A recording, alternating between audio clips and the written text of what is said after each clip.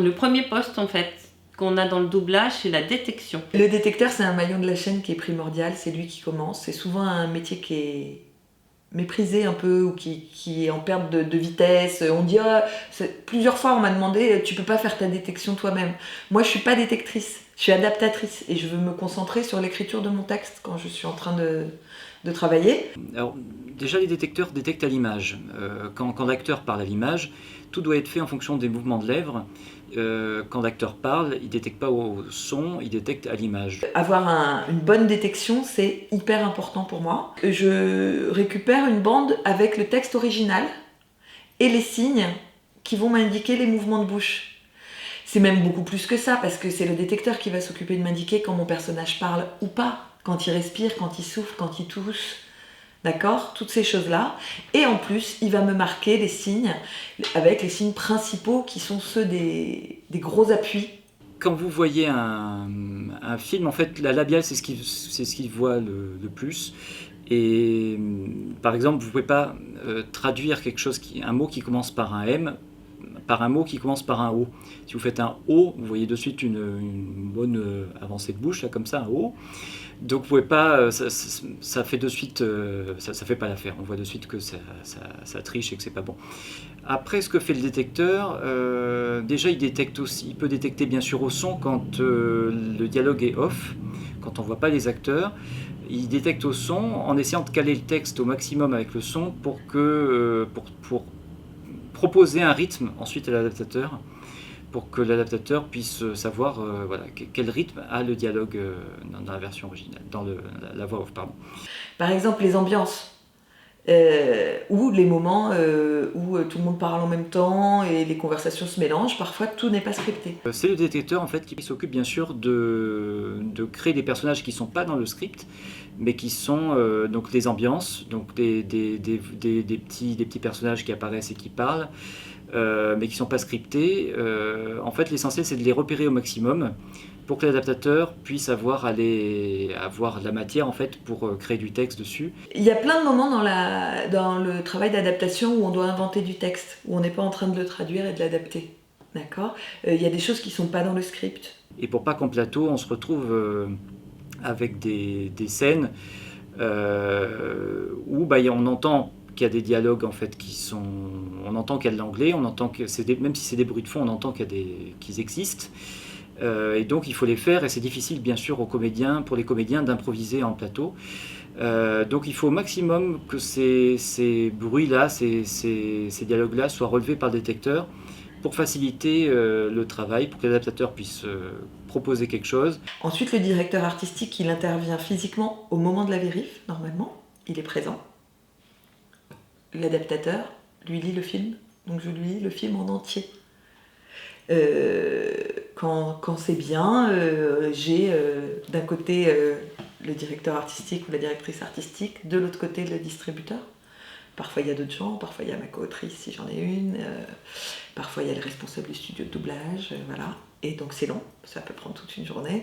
Et ça c'est le moment vraiment de travail étroit avec le directeur artistique, où il va me dire ce qui marche pas, ce qui va coller dans la bouche du comédien, là où je suis pas dans le bon rythme. Généralement, sur un film à carrière cinématographique, tout a été validé, on s'est mis d'accord, on a étayé ses propos, on les a confrontés, et in fine, on se dit voilà, on a un objet, on est tous d'accord, et du coup, dans la direction que tu donnes à tes comédiens, tu as un paravent magnifique, qui est cet accord. Quand le texte a été magnifiquement validé, tu vois, tout le monde est d'accord sur ce qu'on va proposer, moi c'est très facile derrière, pour le comédien, c'est très facile pour me dire, écoute, j'ai validé le texte, je l'ai vérifié, parce qu'il y a cette journée, parfois même davantage, de vérification, où moi, comme je suis comédien aussi, et que je suis directeur artistique, quand le texte est relu par l'adaptateur, mon travail c'est aussi de lui dire, c'est intellectuellement formidable, ça va être difficile à jouer. Savoir que je vais collaborer avec le directeur artistique au moment de la vérif, ça me donne la liberté de faire tout ce que je veux en écriture avant. Parce que je vais me sentir libre d'essayer des choses de pas me tenir que dans ce que je sais faire, les choses qui marchent à tous les coups, qui marchent forcément, qu'on a l'habitude de faire. Et je vais pouvoir essayer d'autres trucs. Et j'aurai cette garantie au moment de la vérif que le directeur artistique me dise que ça marche. On traduit des films, on essaye de les restituer au mieux selon tout un tas de critères dont le synchronisme est le plus apparent, mais des critères de jeu, il faut que le texte soit jouable. Donc une traduction fidèle, ça j'ai dû le sous-entendre. Bon, la fidélité, c'est une vaste question dans notre métier, puisque nous faisons un métier de frustration. C'est de la contrainte. De toute façon, la traduction n'est jamais parfaite. Une traduction n'est jamais fidèle à 100%. Une adaptation encore moins, puisqu'on travaille avec d'autres contraintes. Parce que sinon, il y a aussi vraiment des gens qui vont être très techniques. Et pour eux, que ce soit fidèle, ça va être le réalisme visuel du dialogue. Et pour d'autres, ça va être pas ça du tout, ça va être la fluidité, le naturel des dialogues. Bien entendu, en réalité, tout le monde a raison, il faut qu'il y ait tout. Nous, quand on élabore un texte de doublage, on a des éléments de traduction du propos et on a des éléments de style. Et le style est très important pour donner le caractère du personnage. Personnellement, je suis extrêmement sensible au sens et au personnage.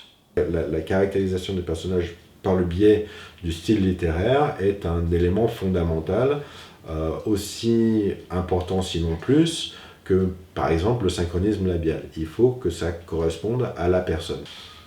12 Years a Slave, il y a cet élément-là qui entre en ligne de compte. Dans la version originale, ils avaient fait un gros effort pour parler comme à l'époque.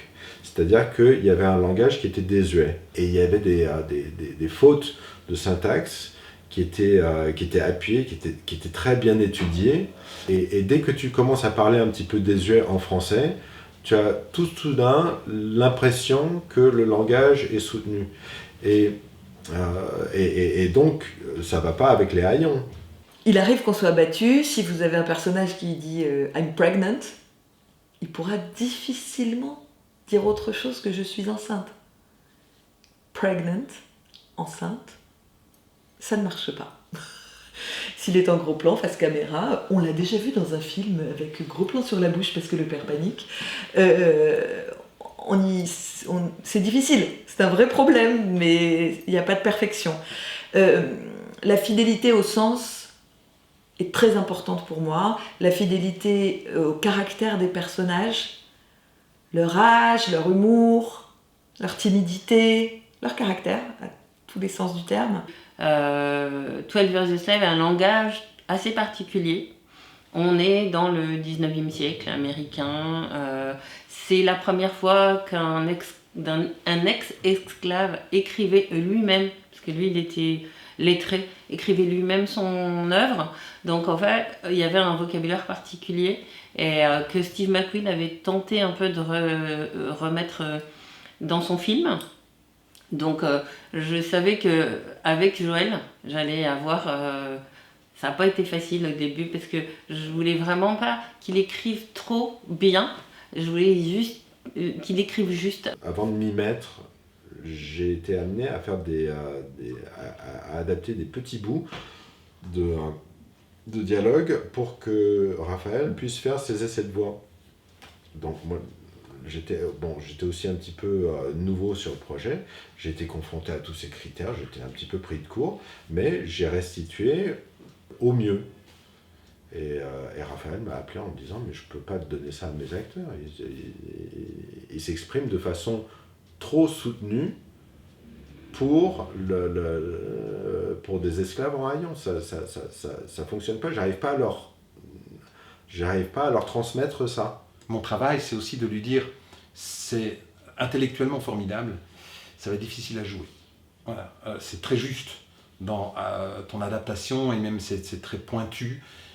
Mais si tu me le proposes comme ça, c'est compliqué pour moi de demander au comédien de se mettre dans ce sillage-là. Il va avoir du mal, il reçoit une information dans un contexte émotionnel aussi, parce que c'est ça aussi, c'est pas que du texte. Ce texte n'est que la partie émergée de toute cette émotion qui ressort du rôle. Et si tu me le proposes écrit comme ça, je vais avoir du mal à valider ça auprès du comédien et à lui imposer ça. Et il va faire du refus d'obstacle en permanence. Donc je vais devoir le modifier en plateau. Donc modifions-le ici pour qu'on soit tous d'accord, pour qu'en plateau je puisse, moi, me retrancher derrière cette validation, dire au comédien non, non, non, non, je te jure que ça fonctionne, fais-moi confiance. Il a fallu qu'on se mette d'accord sur les ingrédients même de ce langage, parce que il fallait traiter ça comme un langage à part. Et je pense que en tout cas, c'est ce que nous avons essayé de faire. Et ensuite, j'aime beaucoup aller en studio. Et là, normalement, mon travail est fini. Normalement, si j'aime bien bosser, si tout roule, si tout se passe bien, je suis assise dans un coin et c'est ma récompense. Et je regarde le texte prendre vie dans la bouche des personnages. J'ai aussi beaucoup de plaisir à voir le directeur artistique ou la directrice artistique diriger. En fait, c'est un vrai travail de diriger d'autres comédiens. Enfin, c'est pas parce qu'on est bon comédien qu'on sait bien le faire. Il y a une sorte de pédagogie. Ce qu'il faut trouver, c'est une correspondance entre le physique, l'énergie, le regard, beaucoup le regard, et puis la voix qui va convenir à ça, en fonction de notre codification française. Mon boulot n'est pas de trouver la même voix. Mon boulot est de trouver la même énergie, la même manière d'incarner. Et parfois, en essayant de retrouver le même timbre de voix, tu te rends compte que ce timbre de voix en français, par exemple, le conduit à avoir une énergie qui ne correspond pas au timbre de voix en VO. Parce que ce timbre de voix en VO signifie autre chose.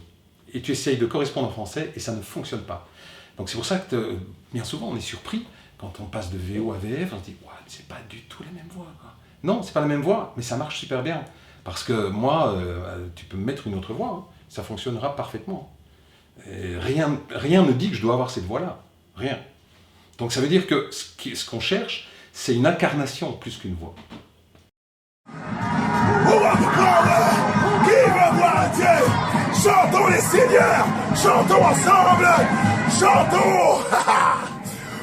Vous voulez louer le Seigneur Jésus? Il est notre sauveur, il est notre sauveur. Loué soit le Seigneur. Chantez encore et encore, plus fort, plus fort. Plus vous donnez, plus vous êtes bénis. Plus vous donnez, plus vous êtes bénis. Vous ne l'aimez pas autant que je l'aime. Vous êtes bénis. Faut juste avoir la foi. C'est de la taille d'un grain de moutarde. Vous déplacerez des montagnes. Une fois qu'il vous fait lever les mains au ciel. Vous m'entendez? Vous m'entendez? Plus vous donnez, plus vous recevrez. Il faut danser. Danser et l'Esprit Saint agir. Laissez l'Esprit Saint agir. Au nom de Jésus, vous devez aimer Dieu. Vous devez aimer Dieu. Est-ce que tu entends? De tout ton cœur. Oui, de toute ton âme.